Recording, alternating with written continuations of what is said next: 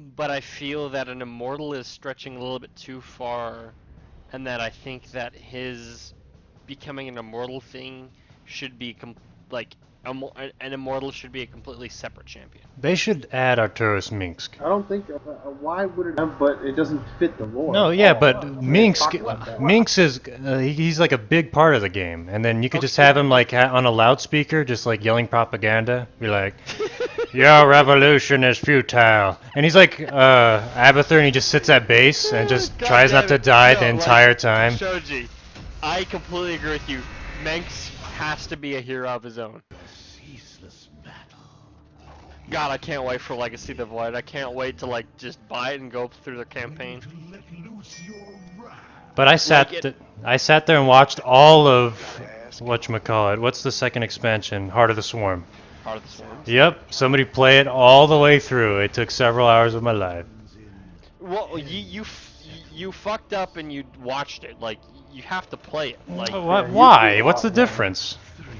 You feel more. You get to experience it yourself, and you have to actually deal with the shit that happens on your own. This should be good.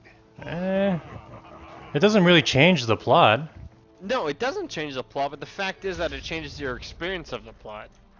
And what's weird is, you know, I kind of don't like the plot's the same as Arthas. Like the Queen of Blades is Arthas. Like why do the Scourge no, the Queen of Blades is nothing like Arthas. Yeah, why do they always have to like take a human to be their leader? Like what the fuck is that? What's Blizzard's like? Dude, like okay, so the whole like Queen of Blades came like more than 10 years ago. Wait, so what are you saying? The Queen of Blades is earlier than Arthas? Yes. What's the fucking difference? They're both the same. Who cares who came first? Okay, you know what?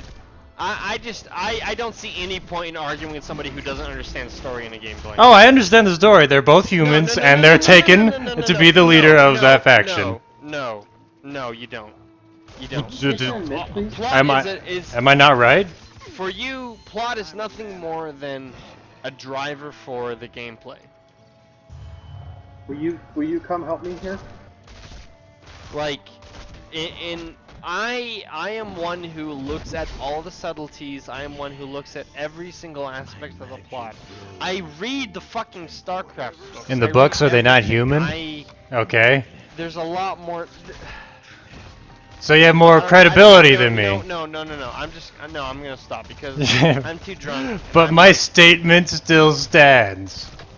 What is your statement? That both of them, the Scourge and the freaking Zerg, have taken a human to be their leader. Well, no. They just transformed him. The Zerg never took Kerrigan to be their leader. Really low. The Zerg took Kerrigan because she was powerful in psionics. They never meant to be Kerrigan. They never meant Kerrigan to become the leader. The Overmind never designed that in mind. They did after they captured her. They sure as hell did. Yeah, and wasn't. No. They designed Kerrigan to be nothing more than a tool. The Overmind wanted Kerrigan to be a tool. Yeah, and then she overpowered it and became the leader. Yeah, and that's the point. Is that it was never intended. It was never intended for her to become the leader of the Zerg. It was always intended that she was to become a very integral and powerful. Well, the thing is, so Kerrigan's a human, though, right? No, she's not human anymore. She's never been. She was human a long Oh yeah, time so ago. she was human, kind of like Arthas. How he, well, he's human or was human or whatever, but he was human at one point, that's for sure. Arthas, yeah. So yes, they have someone that was human at one point as their leader now. Yeah, it's because they're trying to relate humanity into extraterrestrial beings, so it gives like real humans a sense of belonging in their storyline. You could have a character that could learn humanity and not be a human. Just have some. Yeah, but people aren't gonna bond to it as well. The fact is that all of you fucks don't understand. Like, No, I understand that what a human is. and how narrative works. We need All you care I about is completely the understand. end Fuck you, fact. Chris. I'm not. No, Mark. No. You have an understanding. I am fully like aware of that. You have an understanding of how this shit works. But like, oh my God, just Shoji and no. Shoji, not so much about you, but Mikio. God damn it.